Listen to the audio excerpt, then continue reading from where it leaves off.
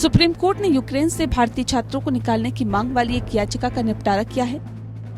केंद्र ने supreme court में कहा कि उसने युद्धग्रस्त यूक्रेन में फंसे 22,500 भारतीय छात्रों को निकालने का बहुत बड़ा काम पूरा कर लिया, जिसके बाद कोर्ट ने उससे संबंधित 2 मुकदमों को सोमवार को बंद कर दिया। Chief justice NV. रमन्ना और न्यायमूर्ति कृष्ण मुरारी की पीठ ने अटॉर्नी जनरल के वेणुगोपाल की उन दलीलों पर गौर किया कि केंद्र सरकार यूक्रेन में फंसे छात्रों को वापस लाने के अलावा युद्ध की वजह से उनकी पढ़ाई पर हुए असर के बारे में भी गौर कर रही है। पीठ ने सुनवाई की शुरुआत में कहा, चूँकि छात्र वापस आ गए हैं तो अब इस मामले में कुछ बचा नहीं है। जनहित याचिका दायर करने वाले वकील विशाल तिवारी ने युद्धग्रस्त देश को बचाकर लाए गए छात्रों की पढ़ाई जारी रखने का मुद्दा भी उठाया। वेणुगोपाल ने कहा कि सरकार ने बहुत बड़ा काम किया है और 22,500 छात्रों को वापस लाया गया और उनकी पढ़ाई जारी रहे, इस पर विचार कर रही है। सरकार छात्रों के प्रतिवेदन पर विचार कर रही है और इसे देखेगी। सरकार को फैसला लेने दीजिए।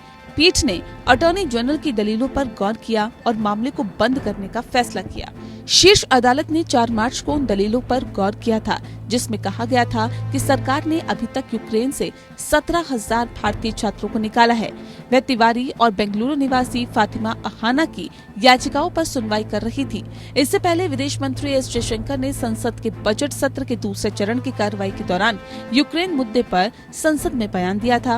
विदेश मंत्री ने संसद को जानकारी देते हुए बताया था कि कड़ी चुनौतियों के बावजूद सरकार ने यूक्रेन में फंसे 22,500 की निकासी की है। ऑपरेशन गंगा के तहत भारत ने बांग्लादेश, नेपाल और पाकिस्तान जैसे पड़ोसी देशों के कुछ नागरिकों को भी यूक्रेन से निकाला है।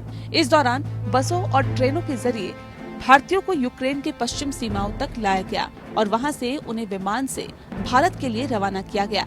भारत ने युद्धग्रस्त यूक्रेन के विभिन्न शहरों से अपने नागरिकों को बाहर निकालने में मदद करने के लिए यूक्रेन, रूस और रेड क्रॉस का आभार व्यक्त किया।